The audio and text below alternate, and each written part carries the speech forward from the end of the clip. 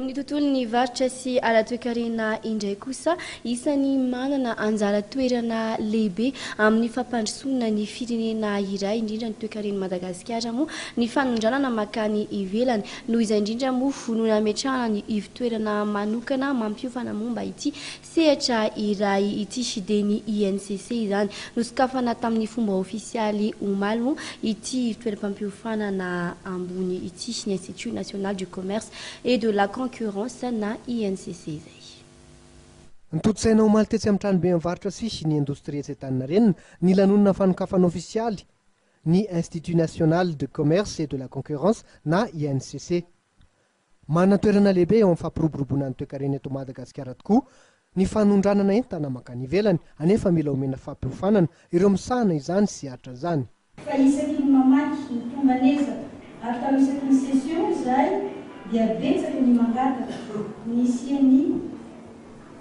niveau supérieur na ambaratonga ambony kokoa ary fandalinana alavidavitra kokoa noho io fiofanana io. Ireo trangan-javatra ireo no nanosika anay tao amin'ny CFCIC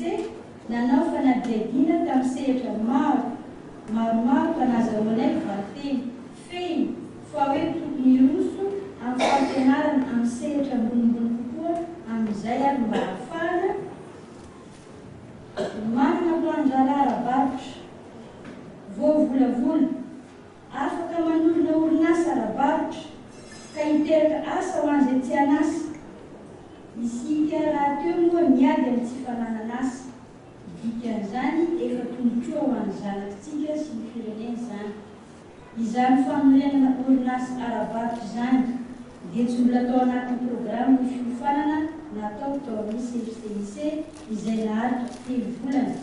Izany hoe fiofanana no mena tao fa tsy fianarana. Ahafahana koa manana fanjara ara-barotra